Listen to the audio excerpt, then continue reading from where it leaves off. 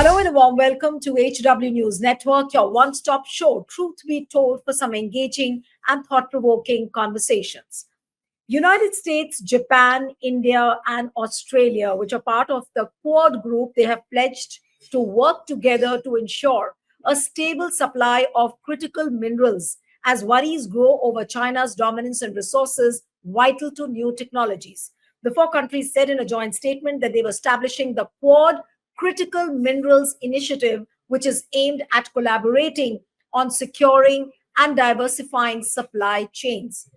And not many details have come out of this initiative, but what is very, very clear is that America has thought of exploring the rare earth minerals in Jammu and Kashmir and also in POK, which has huge reserves of lithium. POK, in fact, has a much greater reserve of lithium than what India has.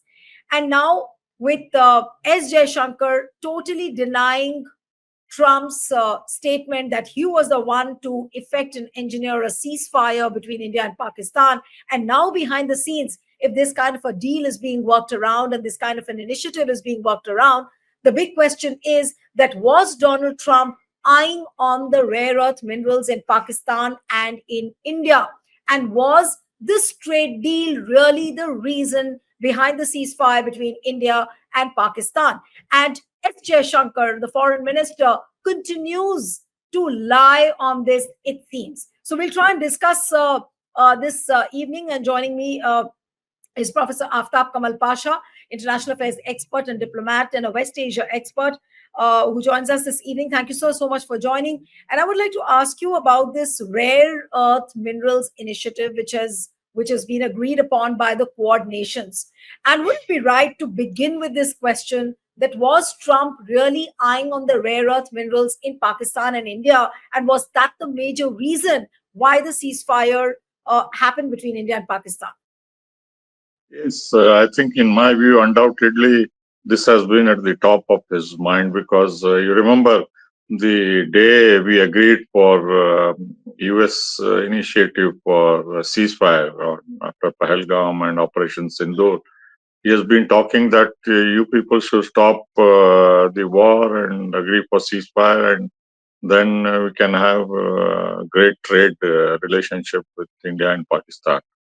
So apparently, the geological study report was already working on his mind.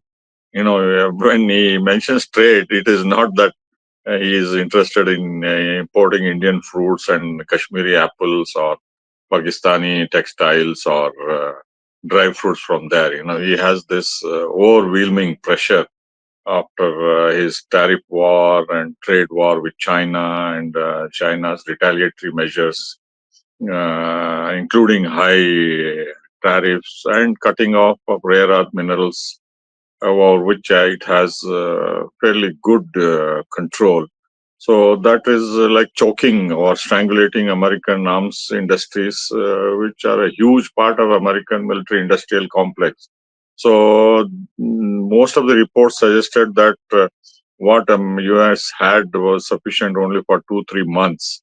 So you can link the shortage of rare earth minerals to the 3-month pause, which US has agreed with China.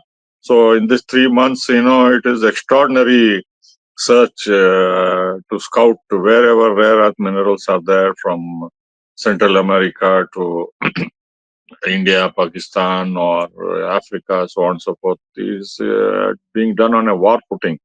Because if you see, as it is, the American manufacturing industry has shifted quite a few years ago to China and other countries in the global south. Now, if they run out of key minerals, metals, which are essential for the American war industry, manufacturing industry, so it will be a major blow to the American economy. So in that way,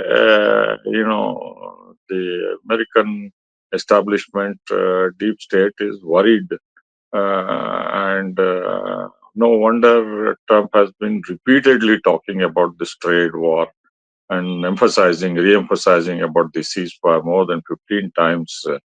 And the whole idea is both should uh, focus on the development and trade, uh, uh, which, as you rightly pointed out, huge deposits of rare earth minerals are found in both parts of Kashmir.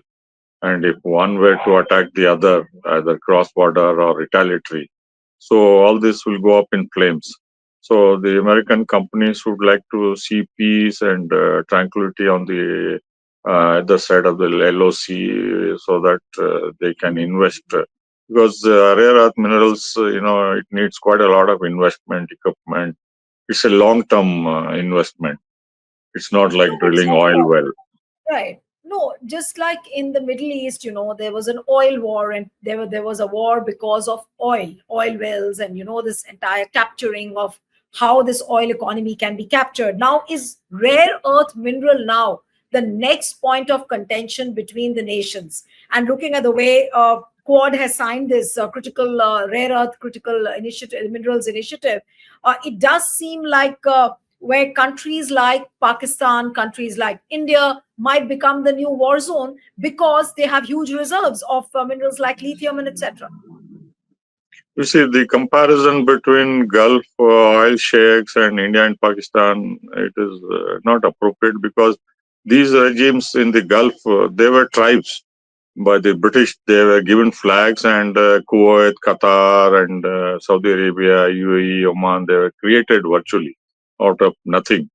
So these tribes, which were scattered in the Arabian Peninsula, they were made to live a sedentary life. They were confined to these GCC states, because all along the coast, the British and the Europeans had deprived of their, uh, source of livelihood, which was exporting horses, dates, and gems, and rubies, and other things. So they were indulging in fighting against the Europeans, which they called piracy. So in order to avoid piracy, they confined these tribes, and they gave them subsidies. So they kept quiet, and they supplied all the essentials from India and other parts of the British Empire. But they were willing to cooperate when the oil was discovered. All these Gulf monarchies have given huge concessions to the Western oil companies, and they are exploiting, and they are exporting, and the petrodollars are recycled. And these states are dependent on the Americans for security.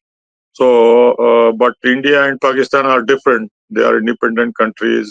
India has had a very conflictual relations with America. It's only recently that we have established strategic relations. So Pakistan was, of course, a client state, but there also civilian governments have risen against the American influence, and they have found an alternative in China. So now, through this aftermath of Pahalgam, Americans have found a leverage over both the countries, and they want to use it productively for trade. And trade means rare earth minerals, basically, not apples and cotton textiles. So in that way, they need the cooperation of both, because it is straddling the borders of both the parts of Kashmir. Right. But, sir, I want to understand something. When you link this rare earth minerals fight with the kind of ceasefire which we saw between India and Pakistan, and today, I mean, I was just reading S. Shankar's statement, which he has made late last evening, and he was saying that he was in the room when US Vice President J.D. Vance spoke to Prime Minister Modi on the night of May 9th. He said that Pakistanis would launch a very a massive assault. We did not accept certain things, and the Prime Minister was impervious to what the Pakistanis were threatening to do. And on the contrary, Modi indicated that there would be a response from us. So basically, he's trying to say, as Jaishankar is trying to say, that nothing happened at the behest of Donald Trump. And this is the first categorical denial of what Donald Trump has been saying. So there is something what the leaders are saying. Say, for example, Prime Minister Modi, what S. Jaishankar is saying, what Trump is saying. But behind the scenes, you have these deals coming up. So is trade the biggest incentive for the ceasefire? Obviously, I think trade is the overarching uh, driving force. You see, we are in a denial mood. We deny that we lost fighter jets. We deny that ceasefire was under American pressure. We deny so many things that we have not lost our pilots and we would have taken more action, etc., etc. So both are reiterating their position. America and President Donald Trump, they are reiterating that it was they who negotiated once, whole night they talked and persuaded both the combatants to ceasefire. So they stand on their point of view, and we are continuously in denial. But there is no doubt who is the stronger party in all of these triangular contests. So the ceasefire is not just one instance where this Modi government is silent and denying. There are many other issues, a whole series of issues where Prime Minister Modi doesn't open his mouth, or Jaishankar says something which is contrary. So all of these contradictory pulls and pressures, for the public, it is very clear where our interest lies. And for example, you mentioned to this Quad. Quad started with in the aftermath of tsunami and humanitarian aid and floods and earthquakes and such non-military issues. Now if you read the joint statement issued yesterday, it is such a lengthy one. It is almost entirely devoted to the threat in the Indo-Pacific region from China, from shipping to mineral resources, and the navy adopting threatening postures, air force, so on and so forth. It's a very detailed narrative of the so-called aggressive behavior of China, threatening neighboring countries from Philippines to Vietnam and this Taiwan, so on and so forth. First time it has such a lengthy, extensive statement directed against China, although China is not mentioned even once. So, for all practical purposes, between the lines, if you see, we are now part of the American alliance in this Quad 2 against China. First time they have mentioned Myanmar. First time they have mentioned these countries in the region, and also Pahalgam. We have found a reference that Pakistan also is not mentioned. It's only the terrorist attack, cross-border tourism has been mentioned. Although we failed to get SCO's endorsement for Pahalgam and cross-border terrorism because of the ganging up of China and Pakistan. But now we have found a new platform to pin down Pakistan on this Pahalgam issue, which is a plus point for us. But here there is a give and take. Americans would not have included if we had resisted on the rare earth minerals. It is for the first time that a Quad agreement has been signed where these rare earth minerals, and how China has been using it as a strategic tool, bargaining tool against other countries. That also has been denounced, and we have become party to it. So in that China way, charters